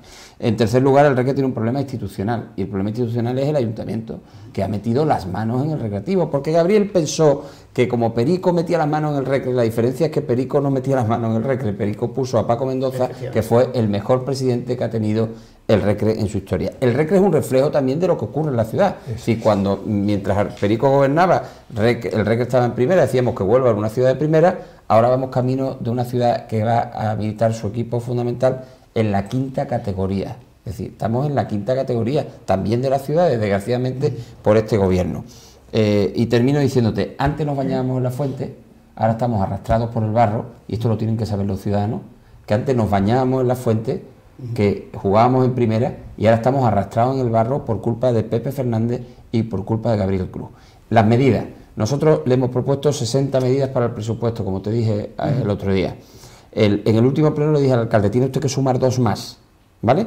Una, incluya de una vez el presupuesto, incluya de una vez el recreativo dentro del presupuesto municipal, porque se lo está diciendo el interventor, y porque es ilegal que siendo empresa municipal no lo presente usted en los presupuestos, porque tiene esa obligación. Por lo tanto, las cuentas del RECRE claras. Y 2, retire el sueldo indigno que le ha puesto al gerente de Entusa en plena crisis. Le ha subido el sueldo al gerente de Entusa de 48.000 euros, el gerente de los autobuses de 48.000 euros a 60.000 euros, cuando ha registrado una caída de ingresos de 3 millones a 1,8 millones, y cuando ha caído de 5 millones de pasajeros a 3 millones de pasajeros, por favor. Pero que este señor ha perdido la cabeza. La gran pregunta de todo esto, ¿dónde está el alcalde? Porque, ojo, hemos pasado una semana en la que hemos vivido el esperpento de que tenga que ser Camacho Malo el que diga que ha dimitido el presidente. Una semana después nos enteramos que el presidente ha dimitido, y desde el ayuntamiento tú has escuchado a alguien decirle algo. Ni siquiera le han sido para darle las gracias a Zambrano. Es que es una cosa inexplicable. Por eso la gran pregunta es, ¿dónde está el alcalde? Además de la barra de los bares, ¿dónde está el alcalde? Está perdido, está llamando ahora a entrenadores de equipos modestos. Ahora mismo te puedo garantizar que está perdido. Bueno, siempre anduvo perdido, pero es que no sabe qué hacer ahora mismo con el recreativo. No tiene ni la menor idea qué hacer de cara a la próxima temporada. Yo lo llevo diciendo ya 4 años. Venta, venta y venta. No hay otro camino que vender el club. Pero siguen mintiendo a la gente diciendo que no viene nadie a comprar. Es que nunca le dieron las cuentas al que quiso comprar. Claro, si yo voy a comprar el piso y usted no me abre las puertas para yo ver el piso, ¿cómo lo voy a comprar? Este verano hubo el último intento de compra. Es verdad. Y se pusieron de perfil. Una pregunta sin que lanza el vuelo. Y después quiero comentar una cosa del recreativo. Sí. Es verdad que desde Albert Rivera estaba interesado en el recreativo. Es que yo he escuchado rumores o algo de eso. Digo, ya sería, vamos. Nosotros lo único que tenemos interés en que haya transparencia y en que se presente la cuenta. Hay un despacho de abogados que ha hecho un informe para alguien que ha de Albert Rivera, no, es que yo he escuchado algo. Se llama el despacho Martínez Echeverría, pero no es de yo, el tema del recreativo, tengo que contar una anécdota que yo tengo guardada. Cuando me has dicho lo del lodo, lo de la fuente y el lodo y el barro, yo estaba embarazada de 6 meses cuando me bañé en la fuente en el segundo ascenso del recreativo. 2006. No. 2006, sí. Y tengo una bufanda que recogí de la fuente llena de barro. Como no era de nadie, me la llevé para casa y la tengo en casa. El recreativo es un BIC, es un bien de interés cultural y es importantísimo recuperarlo, pero sobre todo eso. Hay que venderlo y dejarlo en manos privadas porque evidentemente como se gestiona una empresa, no lo gestionan los políticos, pero con las cuentas encima de la mesa. Si no me ponen las cuentas, yo lo que estás diciendo. Si no registran las cuentas, Gemma, es que llevan 3 años sin registrar las cuentas en el registro. Y al menos es imposible. Por cierto. Y recuerdo otro ascenso, Cuyami, el gol de 97-98. Esos partidos los cantaba Paco desde una grúa. Sí, cuando de la Villa Bechó. Es verdad, me acuerdo de eso. Te cuento lo más grave, es que le tengo que llamar miserable al que sí, le tengo que llamar miserable lo que hicieron. Esto que estoy denunciando aquí, llevo 4 años denunciándolo. ¿Sabes lo que hicieron estos señores? Yo tenía una cabina en el Colombino asignada desde el año 2001. Me tocó por sorteo, estuve, la acondicioné, la puse muy guapa. Bueno, pues hace un año me mandan un burofax diciendo que tenía que abandonar la cabina. Pero digo, bueno, habida cuenta que sí, una decisión del club. Y me quitaron todos los aparatos, micrófonos, me lo pusieron en caja y me llamaron para que fuese a retirarlo. Eso hicieron. Estos 2 señores que gobiernan. Tan les jugaba, evidentemente denuncié aquello. Fíjate, hay que ser miserable. Bueno, pues... Lo que está claro que estos son los señores que dirigen... Desde que es una sociedad, sí, no deja de ser una empresa. Y la empresa quien mejor la gestiona son los empresarios, no los políticos. Pero que en cualquier caso, Paco, lo de la cabina tuya del estadio de recreativo no deja de ser una anécdota comparado con la persecución política que sufrió hace más de 10 años. Sí, la Junta del Sol, me acuerdo. Que fue... con embargos tremendos. Eso fue una persecución política propia de un país bolchevique. Sí. ¿Quién la desarrolló? ¿Quién la ejecutó? El Partido Socialista. ¿Por qué? Pues porque los comentarios de Paco, la política mediática de Paco, chocaba con los intereses de ellos y denunciaba los desmanes que llevaban a cabo. Pero fíjate la diferencia, yo estoy en mi mejor momento y el expresidente de la Junta de Andalucía lo vamos a ver en la cárcel. Fíjate la gran diferencia, ¿eh? ¿Se pone una balanza? Yo sigo haciendo lo que me gusta. En este caso el tiempo hace justicia, ¿no? Y el presidente de la Junta de Andalucía en la cárcel. Al final nos quedaremos con el recuerdo de la final de Elche. Sí, bien. Bueno, por lo dicho, Jaime, ¿alguna cosita más que quieras?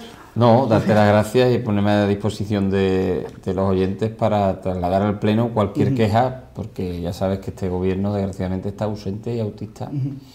Muchísimas gracias, Paco. Pues sumarme a lo que dice Jaime con respecto a que Huelva se está convirtiendo en una ciudad de sexta o de séptima, peor que el Recreativo, y pedir una vez más, por si no las he pedido con bastante fuerza y reiteración, que tanto Gabriel Cruz Arcarde como el concejal Pepe Fernández se vayan a su puñetera casa, porque en política no sirven.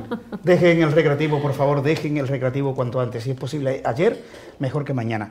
Gemma, ¿te has sentido bien? ¿Cómoda? Muy bien, gracias por la invitación y bueno, espero que me devolváis la visita y la Cristina. ¿Por qué? ¿Qué tenéis allí ahora? Allí tenemos las mejores playas, la mejor comida. No voy a dar sitios por el tema de la publicidad, pero que tenéis las puertas abiertas cuando queráis, me llaméis, que os voy a enseñar dónde se vive de maravilla y donde se ha pasado un estado de alarma. Yo lo he pasado meridianamente bien, porque desde mi ventana veo todo el mar.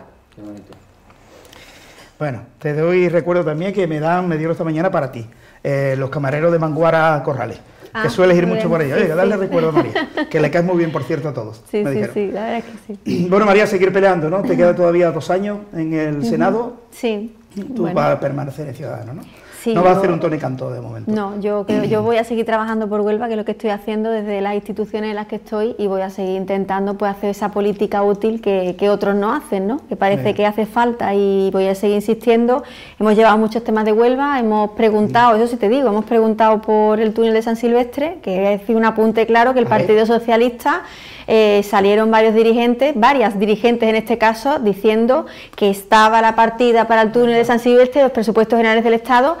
Registré una pregunta muy concreta preguntando dónde está la partida, cuánto dinero supone, el desglose de la partida, y tengo la respuesta por escrito del Gobierno diciendo que no hay partida en los presupuestos generales del Estado para la obra del túnel de San Silvestre. La tengo por escrito, te la voy a pasar si quieres para que la veas. Ha mentido el Partido Socialista, ha mentido el Partido Socialista, ha mentido, o sea, puede ser que haya dinero, lo sacarán de otro sitio, pero no está reflejada la partida en los presupuestos generales del Estado. Es totalmente falso que hubiera una partida del desdoble del túnel de San Silvestre en los presupuestos generales del Estado. Y tengo la respuesta por escrito del Gobierno, precisamente de hace pues muy poquitos días. Así que vamos a seguir muy de cerca esto, vamos a ver de dónde sacan el dinero, pero desde luego de los presupuestos generales del Estado, no. Ahí no hay partida. Sin duda, ¿verdad? No hay una partida específica. Sí, porque pensé que sí. No, pues no hay una partida específica y lo Pero ha dicho ya el gobierno y lo tengo por escrito la respuesta, que ya te digo que te la pasaré. Además lo pone directamente. No hay una partida específica en el Ministerio de tal y cual para el desdoble del túnel de San Silvestre. Que sí que hay mucho interés y mucha voluntad política, como anécdota, pero partida no María, hay. Esta mañana hemos mantenido una conversación con Javier Maroto y le hemos preguntado por esa partida que decían que era del túnel, porque estaba la información. Y nos ha contestado Javier Maroto que sobre esa partida, que es un cajón desastre que tiene ese ministerio para obras, hay como del orden de 23 o 24 provincias que creen que su dinero está metido en esa partida. Por lo tanto, pero por la eso pelea va a ser gorda, ¿eh? Mira, nosotros nos dimos cuenta, porque además nosotros analizamos los presupuestos 20 veces. Nosotros presentamos una enmienda a los presupuestos para que ellos... Nominalmente. Sí, porque bueno, oigan, si ustedes tienen el dinero en esa partida, lo único que queremos es que reflejen la nomenclatura en el cual diga, oigan, pues de esta partida que hay tantos montantes, tantos millones, para el túnel hay 10 para iniciar la partida, 15, no los 60 y tantos, ¿vale? Pero por lo menos una parte. Bueno, pues nos la tumbaron diciendo que no, que es que ya venían, y no existe esa partida. Efectivamente, en todas las provincias, por todas las provincias van diciendo que las obras hidráulicas están todas las obras que todas las provincias piden, pero es que esto lo dicen todos los años, no está hecho. ¿Y cuántos años llevamos esperando? Pues ha vuelto a mentir el Partido Socialista. En esa partida, o sea, en los presupuestos generales del Estado, no están. Es un titular, sin duda alguna. Mañana haremos el resumen y ese corte sí que lo vamos a promocionar bastante. Te pasaré la respuesta para que la tengas también por escrito, para que veas el soporte, que no es algo que nos estemos inventando, sino que es literal. Perfecto. Bueno, pues lo dicho. Gracias a todos. El jueves más. Gracias también a Javi González, que se encargó de la asistencia técnica. Esto queda colgado en la red, lo podéis ver si habéis llegado tarde a cita, lo podéis ver, rebobinando en cualquiera de las redes sociales. Y siempre viernes, estamos en Canal Luz Televisión con diferentes redifusiones que los compañeros suelen hacer a lo largo del fin de semana. Gracias, el jueves más.